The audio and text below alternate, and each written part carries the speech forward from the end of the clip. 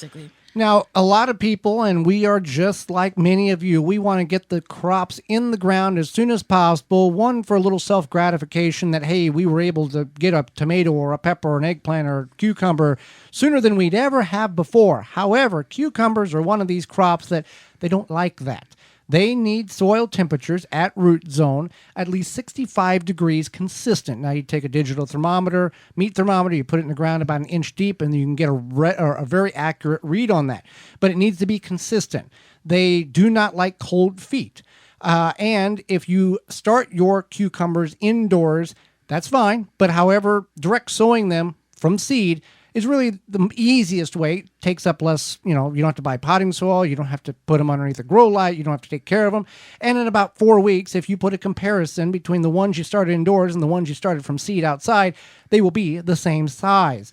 So you don't want to put them in too early is what I'm getting at here.